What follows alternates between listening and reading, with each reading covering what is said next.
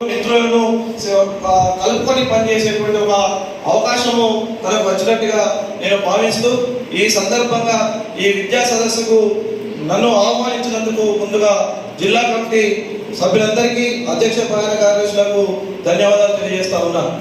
మిత్రులారా, ఇప్పటికే మన సీనియర్ నాయకులు రాష్ట్ర అధ్యక్షులు కూడా మాట్లాడిన కండిషన్ కూడా జిల్లా అధ్యక్షులు పెట్టి ఉన్నారు.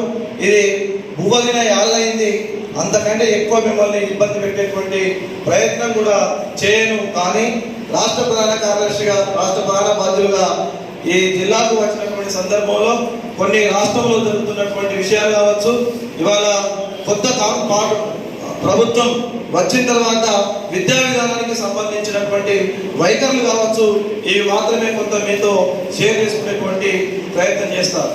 మిత్రులారా, ఇంకా ఉన్నత స్థాయిలో కొట్లాడుతూ వచ్చినామో అంతే స్థాయిలో ఈ కామన్ స్కూల్ విద్యా విధానాన్ని అనేక రాష్ట్ర ప్రభుత్వాలు, అనేక పాలకులు దాన్ని మొత్తంగా దాన్ని కూల్చుతూ వస్తున్నటువంటి సందర్భం చూసినాం.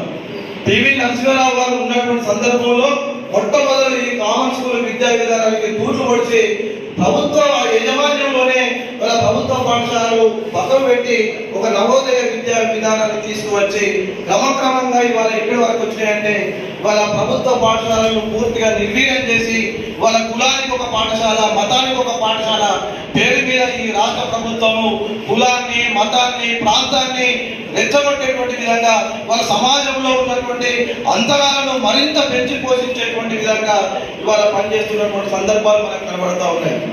రెండవది, వాళ్ళ ఈ సమాజంలో మారాలన్నా వాళ్ళ విద్యార్థులందరికీ అందాలంటే తప్పనిసరిగా ఆ విద్యార్థులు ఏ సమాజం నుంచి అయితే పాఠశాలకు వస్తారో ఆ సమాజంలో ఉన్నటువంటి రుగ్మతలను మనం మార్పు చేయకుండా, రుగ్మతలను మనం తొలగించకుండా, అంతరాలను తొలగించకుండా మనం ఈ విద్యార్థులను బాగు చేయలేము. అందుకే ఏపీటీఎఫ్ ఒకటి ఎజెండా విద్యారంగము ఉపాధ్యాయుల సమస్యలు పరిష్కరించడంతో పాటుగా సమాజం యొక్క సమస్యల పరిష్కారం కోసం నిరంతర పోరాటం చేయాలనేటువంటి ఒక ప్రధానమైనటువంటి ఎజెండాను పెట్టుకొని మనం పనిచేస్తూ ఉన్నాం. కానీ ఇవాళ జరుగుతున్నటువంటిది మీరు అందరూ కూడా చూస్తున్నారు. శాస్త్రీయ విద్యా విధానం కావాలని మనం కొట్లాడుతూ ఉంటే ఇవాళ ఈ రోజుకు 40 ఏళ్ల తర్వాత ఇవాళ వచ్చినటువంటి ఏంటంటే శాస్త్రీయ విద్యా విధానం వైజ్ఞానిక వైఖరిని కలిగి ఉన్నటువంటి ఉపాధ్యాయులు ఇవాళ పాఠశాలల్లో తరగతి గదిలో బోధించడమే తప్పు వాళ్ళు చేస్తున్నటువంటి నేరంగా ఇవాళ ఈ కేంద్ర రాష్ట్ర ప్రభుత్వాలు ఒక కుట్రతోటి ఇవాళ శాస్త్రీయ విద్యను సమాజం నుండి ఇలా పాఠశాలల నుండి దూరం చేసేటువంటి ఒక కుట్ర పడుతున్నటువంటి సందర్భాలు మనం చూస్తూ ఉన్నాం.